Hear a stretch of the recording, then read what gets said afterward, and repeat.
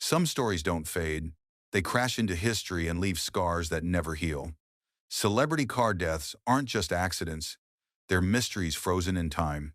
From shocking speed to eerie coincidences, the world has watched stars vanish behind twisted steel and shattered glass. But what really happened in those final moments? Buckle up, because what you're about to hear isn't just tragedy, it's the kind of darkness Hollywood never wants to replay. James Dean, 1955. He was the face of rebellion, the man who seemed untouchable. James Dean wasn't just an actor, he was a cultural firestorm. In September 1955, at just 24 years old, Dean was driving his Porsche Spyder, a car he nicknamed Little Bastard. It was supposed to take him to a racing event in California. Instead, it became his coffin. On Route 466, another driver turned across Dean's lane. The Porsche, light as a toy and quick as lightning, had no chance. The impact was brutal. Dean's body absorbed the force, his neck snapping on the spot. His mechanic survived, his passenger survived, even the other driver survived. Dean alone was gone, and the cruel irony was impossible to miss. The man who embodied speed was silenced by it. But here's where it gets chilling. That Porsche didn't stop taking lives. The wreck was sold for parts, and almost everyone who touched it suffered strange accidents. Mechanics crushed, cars breaking apart, deaths stacking up. Fans started whispering, was Little Bastard cursed, or was it just coincidence? Either way, James Dean became immortal that day. He didn't just die. He left behind one of Hollywood's most haunting legends, Albert Camus, 1960. He wrote about life's absurdity, and then he died in a way that seemed scripted straight from his own novels. Albert Camus, Nobel Prize-winning writer and philosopher, was supposed to take the train back to Paris. He had the ticket in his pocket, but at the last minute, he chose to ride in a fast car with his publisher. On a flat stretch of French road, the car lost control and slammed into a tree at terrifying speed. Camus was killed instantly. His publisher lingered for days before dying too. In the back seat, the publisher's wife and daughter survived. The official explanation was a blown tire. Simple. But whispers began immediately. Was it really a freak accident? Or was there something more sinister at play? After all, Camus had outspoken views that made him enemies. And then came the eerie detail, that unused train ticket. He could have been on safe steel tracks, sipping coffee and writing in his notebook. Instead, he was reduced to wreckage on the side of the road. For someone who mused endlessly about life's randomness, his end became the ultimate cruel joke. To this day, his death reads less like an accident and more like the last page of a tragic novel. Jayne Mansfield, 1967. The blonde bombshell whose smile lit up the screen, died in a way so graphic it changed road laws forever. Jayne Mansfield was on her way to New Orleans in June 1967, riding in a Buick Electra with her lawyer, her partner, and 3 of her kids. Just after midnight, their car barreled into the back of a tractor-trailer slowed down by a fogging truck. The impact was catastrophic. The top of the Buick was sheared away in a split second. Mansfield, her driver, and her lawyer died instantly. Yet, in the back seat, her 3 children survived with barely a scratch. The world reeled, stunned by the brutality and the miracle. The crash left such a mark that safety regulations changed.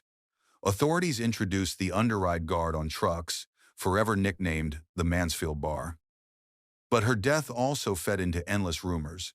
Tabloids exaggerated, gossip spread, and her glamorous image was forever tied to a gruesome ending.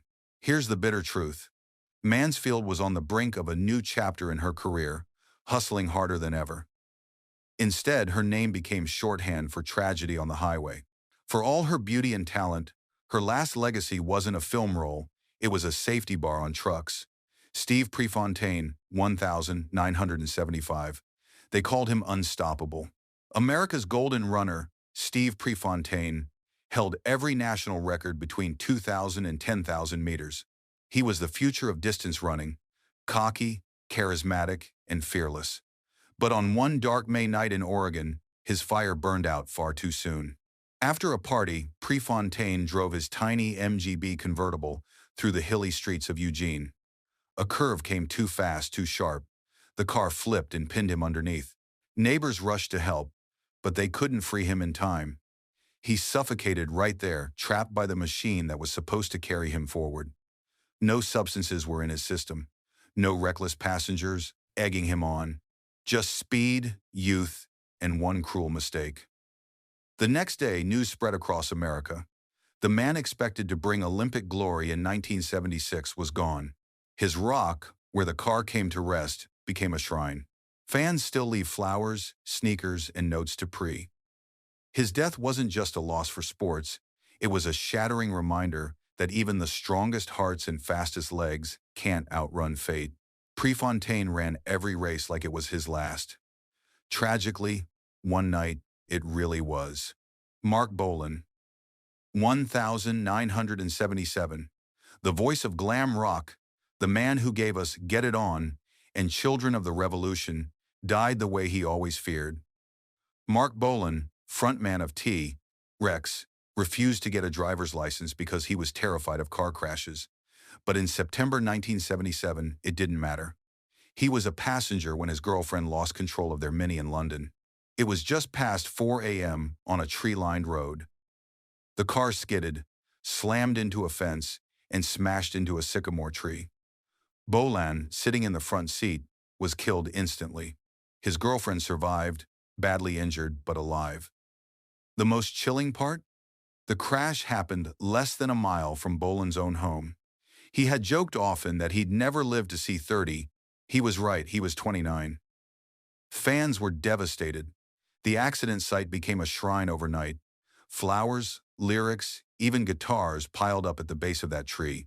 Today, it's still known as Bolan's Tree, a haunting reminder of how the rock revolution lost one of its brightest stars in the most ordinary yet cruel of ways. Bolan had always lived like a spark, brief and dazzling. His end was sudden, violent, and eerily close to the home he never got back to. Harry Chapin, 1981. He sang about fathers and sons, about missed chances and life slipping by. But Harry Chapin's own life ended in a way that no song could capture. On a summer afternoon in 1981, the singer-songwriter was driving his small Volkswagen Rabbit on the Long Island Expressway, headed to a charity concert. For reasons still debated, his car slowed dramatically in the middle lane. Some think it was a mechanical failure. Others say a medical episode. Whatever the cause, an 18-wheeler behind him had no chance to stop. The truck plowed into Chapin's car, which instantly burst into flames. Passers-by tried desperately to pull him out, but the fire was too intense. He was gone before rescuers could save him. Chapin wasn't just a musician, he was a fighter against world hunger, donating most of his concert earnings to charity.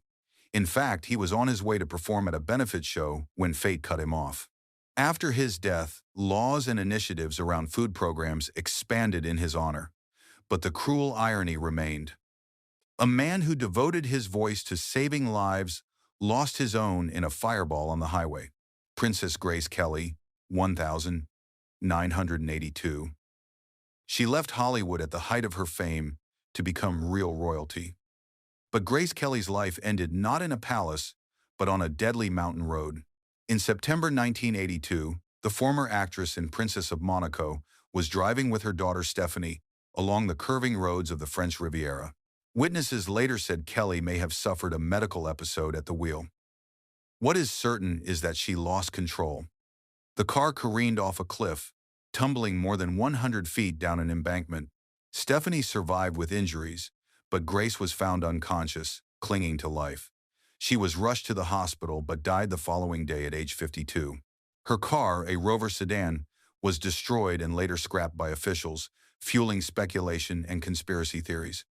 Some say it was a simple medical event. Others insist something darker happened. What no one denies is that the world lost a Hollywood legend and a princess in one of the most shocking crashes of the 20th century. Grace Kelly's legacy lives on in films, in fashion, and in the principality she ruled. But her last drive remains a mystery clouded in rumor and sorrow. Sam Kinison, 1992. Comedy's wild man didn't go out laughing.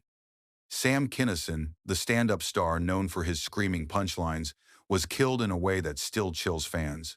Driving with his new wife on Route 95 inches California, Kinison's car was struck head-on by a pickup that had drifted across the center line. Behind the wheel was a teenage driver who had been drinking. At first it looked like Kinison would survive. He stumbled out of the car, dazed but alive. Witnesses say he seemed to be arguing with someone invisible, muttering, "I don't want to die." Then, moments later, his voice softened. "Okay, okay." And with that, he collapsed. Internal injuries had already sealed his fate. He was gone at just 38. His wife survived, badly injured but alive. The young driver faced charges but walked away with his life. For fans, the eerie detail wasn't the crash itself. It was those last strange words. A man who spent his career screaming into microphones died whispering into the silence of the desert night. His end felt less like an accident and more like an unsettling curtain call. Princess Diana, 1997. It was the crash that shook the world. Princess Diana, beloved across the globe, left the Ritz Hotel in Paris just after midnight. Paparazzi swarmed her Mercedes as it sped into the Pont de l'Alma tunnel. Inside were Diana, her partner Dodi Fayed, and driver Henry Paul. What happened next became legend. Traveling well above the speed limit, the car struck a pillar and spun violently. Dodi and the driver died instantly. Diana was found alive, gravely injured, and rushed to the hospital. Doctors worked for hours, but at 4 a.m., the People's Princess was gone. Only her bodyguard survived. The official story pointed to high speed and an impaired driver. But conspiracy theories exploded. Was it really just an accident? Was it something more? Decades later, people still debate. What isn't debated is the impact.